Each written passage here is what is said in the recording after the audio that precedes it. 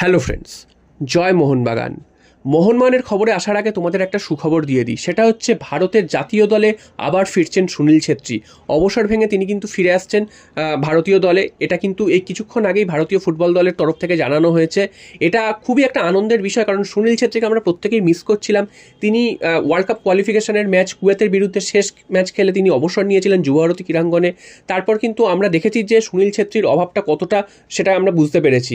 তো আজকের হঠাৎ একটু আগেই ভারতীয় ফুটবল ফেডারেশনের তরফ থেকে ঘোষণা করা হয় যে সুনীল ছেত্রী অবসর ভেঙে জাতীয় দলে ফিরছেন, এবং আসন্ন যে ম্যাচগুলো রয়েছে মার্চ মাসে 2টো ম্যাচ, তো সেই ম্যাচে কিন্তু সুনীল ছেত্রীকে আমরা আবার ভারতীয় দলের জার্সি গায়ে দেখতে পাবো। এটা কিন্তু খুবই একটা আনন্দের ব্যাপার।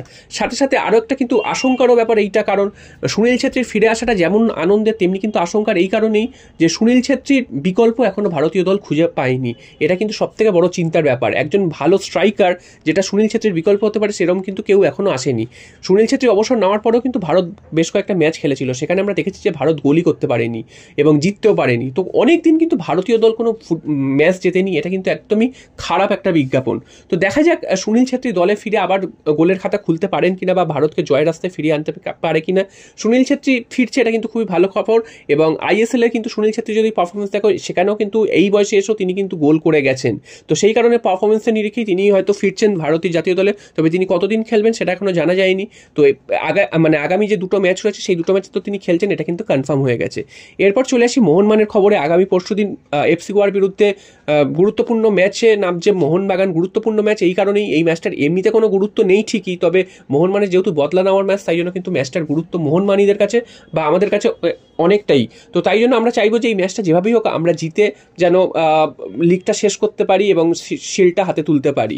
তো এই ম্যাচের আগে আরেকটা ভালো খবর, সেটা হচ্ছে মোহনবাগান কোচ মলিনা তিনি তার কন্ট্রাক্ট এক্সটেনশন নিয়ে একটা কথা বলেছেন, এবং তিনি কি আদৌ আগামী মৌসুমে থাকবেন কিনা সেই বিষয়ে তিনি জানিয়েছেন। তো তোমাদের জানিয়ে রাখি যে মলিনার সাথে যখন কন্ট্রাক্ট করা হয়েছিল তখন কিন্তু তার সাথে 1+1 ডিলে কন্ট্রাক্ট করা হয়েছিল, অর্থাৎ 1 বছরের প্রথমে কন্ট্রাক্ট করা হয়েছিল এবং সেখানে শর্ত ছিল তিনি যদি শিল্ড জেতাতে পারেন সেক্ষেত্রে তার কন্ট্রাক্ট কিন্তু আরও 1 বছর বেড়ে যাবে।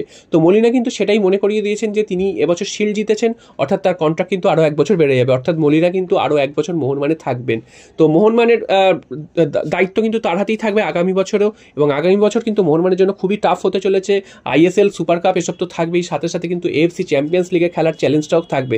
এবছরও ছিল, তবে এবছর কিন্তু মোহনবাগানকে অন্যায়ভাবে বের করে দেওয়া হয়েছে, আমরা সবাই দেখেছি। তো আগামী বছর কিন্তু সেরকম কিছু হবে না, এবং সেখানে কিন্তু মোহনবাগানকে সেই চ্যালেঞ্জের সম্মুখীন হতে হবে।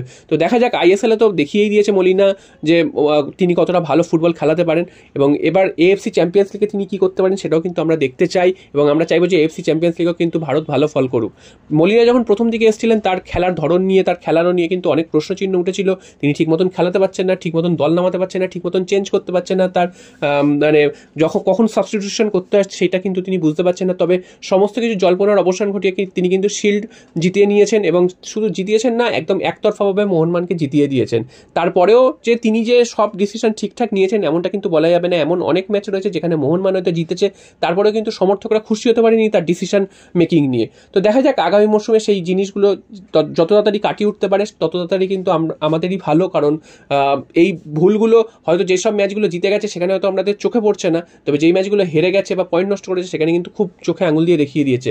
আশা করবো মলিনা সেই জিনিসগুলোকে শুধরে নিয়ে আগামী মরশুমে আরও শক্তিশালী মোহনবাগানকে তৈরি করবে এবং আমাদের সামনে আরও শক্তিশালী মোহনবাগান